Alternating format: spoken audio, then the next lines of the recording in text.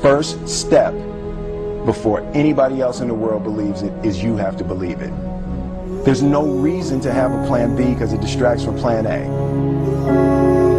If you can see it here, and you have the courage enough to speak it, it will happen. You see what I'm saying? You want to be in a dominating point, okay? So what we got to do is we got to get you thinking. We got to get you thinking like the dominators think. How do they act? How does Warren Buffett act? What does Warren Buffett do with his time all the time? Those are the people I study today. I don't study the people that I went to school with, the teachers I went to school with. I don't even study my own family members, okay? I'm looking for people that are way up here that I can say, hey, what are they doing? Because they're doing it right. So I look to surround myself with people that can dominate, people that are certain, okay? People that know what they're doing, people that are in control. You know, if you don't surround yourself with other dreamers, here's what I know. If 9 of your friends are broke, you're going to be the 10th one. That's it. If 7 of your friends smoke, you're going to be number 8. If you stay with that circle of friends, you've got to surround yourself with like-minded people. See, stop telling your big dreams to small-minded people. If you don't go home tonight tossing and turning, truly making a decision where you're tired and jacked up at the same time, then I'm not talking to you. Weird things happen to people when you make a decision. My mom wanted me to be a truck driver because that would mean I would make $24,000 a year if I went to Truck Masters, and that would be twice what my father made. And she thought that would happen, but something inside of me said, I don't want to drive a truck. There's something else that matters more to me, and I decided I was not gonna go for money instead of passion. And the rewards have been pretty amazingly better than being a truck driver. It's not bad being a truck driver, it's just not what I was after. And I look back, and one of the things that helped me was my original teacher, Jim ROHN, who's a personal development speaker. I went to hear when I was 17. He said something the first time I heard him, and he said, you know, it's really simple.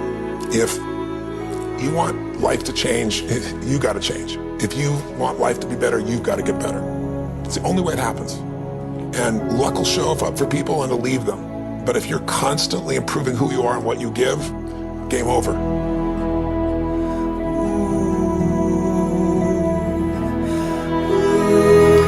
So look, if I can do this, you can do this, but it's gonna be hard if you don't change your mind.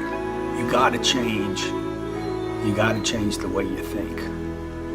And the way to change the way you think, ultimately there's 2 ways, okay? I mean, there's probably 3 or 4 ways, but first of all, the one way is to start disciplining yourself. Catch yourself every time you say, I don't have time, say, hey, I create time. Every time you say, I don't have money, I create money.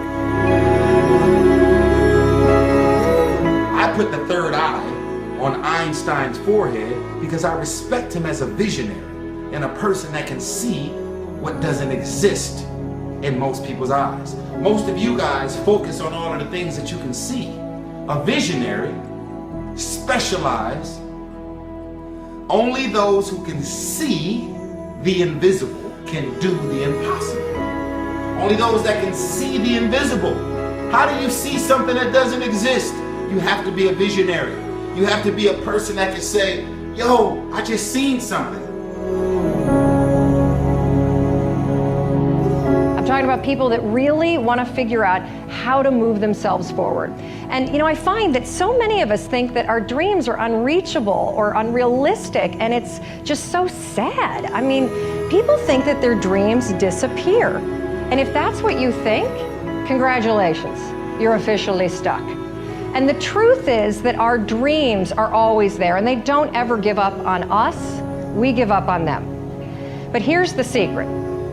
If you just force yourself, and I mean force, because I know damn well none of you want to do anything about this, but if you just force yourself to take a couple small steps, there's always a surprise. Everything I've ever done started with a fear. That fear of having a dream, and that fear of, oh, I can't dream that, you know, I'll never be able to do that. Right. You know, it was important to know that, yes, you can have that dream, but you have to know, honestly, what it's gonna take for you to achieve that dream. And so then I came up with the quote, and it goes for everybody, all genders, all races. You know, don't be afraid to close your eyes and dream, but then you have to open your eyes and see the reality of what it's going to take for you to achieve that dream. And a lot of people, they kind of see, whether it's musicians or athletes or entertainers or even just successful people, but they don't understand the thing that it takes for them to get to the point that they've gotten. And you know, that's why it's a very important quote to me, and I think it, you know, it has inspired people, and it inspires me every day. See, this is what people do. They set a target. Remember when you were a kid and you set targets that were big, giant, had nothing to do with reason? They were giant, right? And then you had some difficulty getting to it, and somebody said what? Dude, your goals are unrealistic. You need to drop your goals down and add 40 years and end up with nothing. Certainly not congruent with your potential. How many believe you have more potential than you're going for right now? Dude, it's way up here. It's beyond what you're going for. So you want to set it here. I want to set my targets up here. I never lower a target. Never, ever. That's my target. I'll fail on my target. My whole lifetime I might fail on that target, but I won't let it go. Success is something entirely subjective. Success is not about having lots of money, living in a big mansion, having an indigo suit. Absolutely not. That's part of it, but it's not the whole of it. You see, success is when you attribute value to things that matter to you.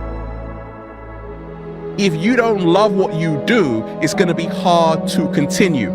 Do you know why so many people don't like their jobs? It's because there's no heart in it. They're just doing it to get the money at the end. You got to enjoy the process and then trust the process. And that's how to get a small vision off the ground, the come up. I was very, very lucky to find it, you know, when I was 7 or 8 years old, and you know, and fortunately, my children have found their passion. One son loves farming like nothing else. One son loves music like everything else, and all three of them love philanthropy and what they get to do. You're lucky in life when you find it, and you can't guarantee you're going to find it in your first job out. But I always tell college students that come out, I say, take the job that you would take if you were independently wealthy. You know, you're going to do well at it. Passion often is linked with purpose. What I love to do is often what I should do.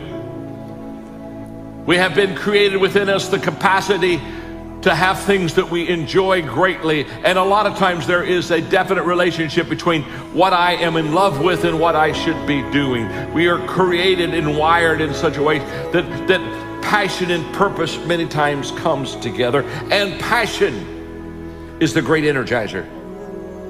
Once you have passion, you have energy. If you got the energy and you go, I don't know where to start, throw a rock, and where that drops, start there. Talk to the next person. Just take massive action and keep changing. If you want to speed up the result, you find someone who's already getting the result you want. They've lost 30 pounds. Do what they did. They have a relationship that's passionate 20 years later. Let's figure out what they're doing. That's the way that you do it. And then the third thing is, if you really know what you want and you're obsessed by it, you got all this energy and drive, and you're taking massive action, you're changing your approach, you're doing what works, the third thing we need is grace. Whatever you move toward, if you move toward success seems to start coming your way. So figure out what you could do to make the move, to begin the early qualifications and then sustain the qualifications, and success is yours and health is yours and all valuable things.